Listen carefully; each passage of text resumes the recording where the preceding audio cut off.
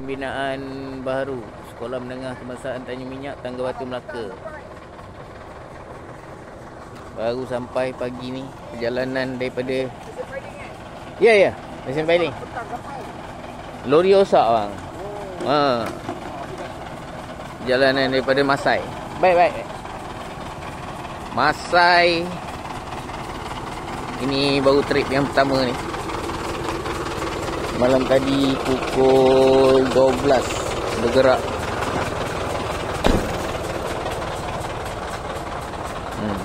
Macam ni lah aku ikat. Bila Kadir tak ikut kan. Berbelit-belit juga lah jalan dekat sini lah. Ini jalan depan tu jalan PBR 31. Yang ni jalan Wakaf.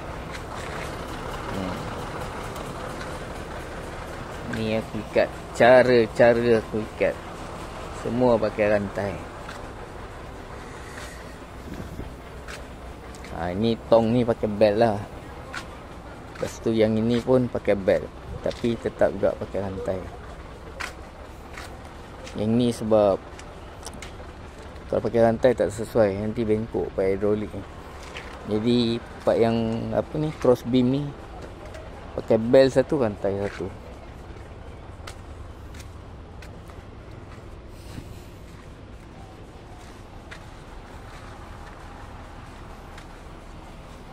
Tak ada apa, tayar pun semua okey.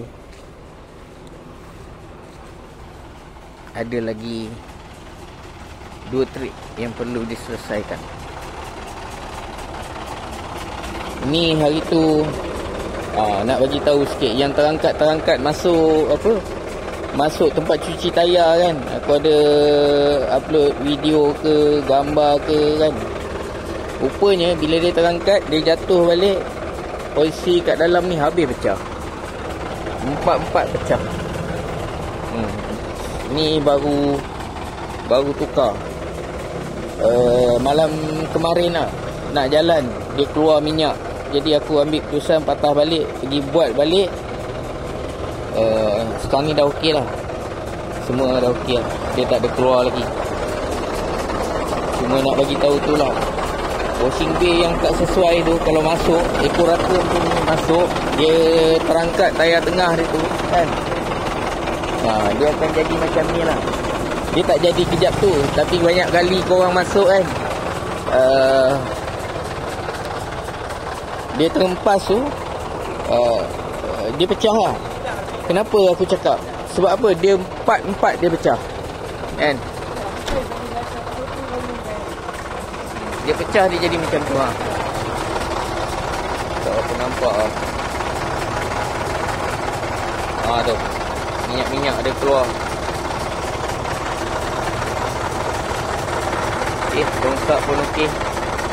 Jaga-jaga longsap, jangan jatuh tengah jalan. Jumpa aku kutip. Okey lah, nak masuk side ni. Turun cepat, lagi boleh isi cepat.